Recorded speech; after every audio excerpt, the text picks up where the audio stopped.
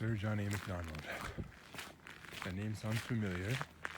That's because he was apparently the first Prime Minister of Canada. Now, word also has it that for some reason this place is going to be renamed because of what he did with the Indigenous. Like, I didn't actually look into the full story. All I know is just that I hear it's getting a new name in September.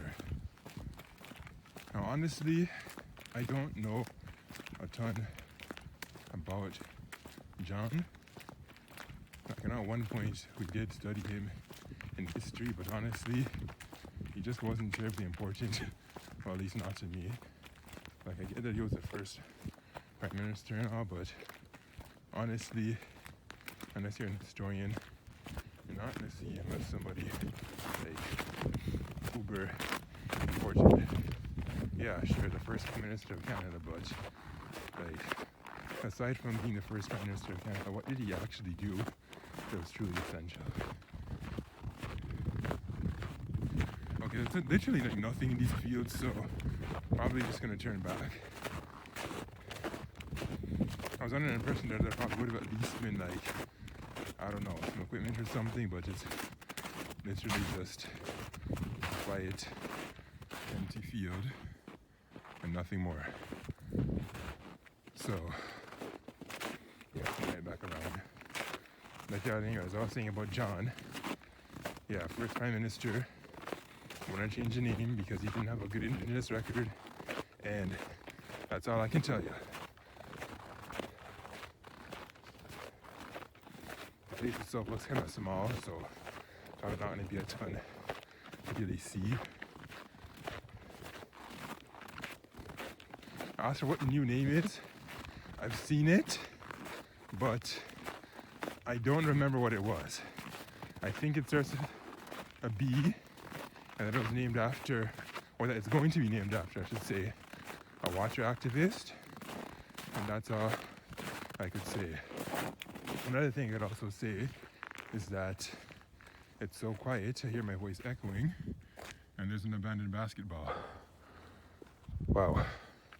So somebody abandoned their basketball because the deep freeze must have settled in, and the deep freeze scared that poor soul away, so they've forsaken their basketball because of the collection. Honestly, I don't know the story. I'm just trying to get creative with a reason or a theory, if you will, as to why they've just abandoned a basketball like that. Are those things expensive? Honestly, I don't know. It's been a while since I've actually checked the price of those things, but because I'm not deeply into sports, I wouldn't know how much they're supposed to cost. But either way, whether they're cheap or not, they shouldn't just be left around like that. Especially when it's so cold, and it risks them losing their air. Then you have to like repump it or seal it or something. And why am I talking about the basketball? Because there's nothing really else to honestly talk about. The only thing I can talk about is John himself, and our barking dog that disapproves of my presence. Yeah, no billboard or anything, just the title as it is.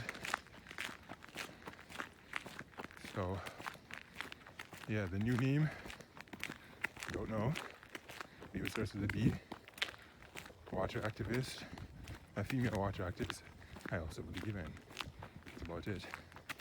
What's also crazy, I forgot to mention, is that apparently the name change was supposed to cost like $25,000 to $30,000, if I'm correct.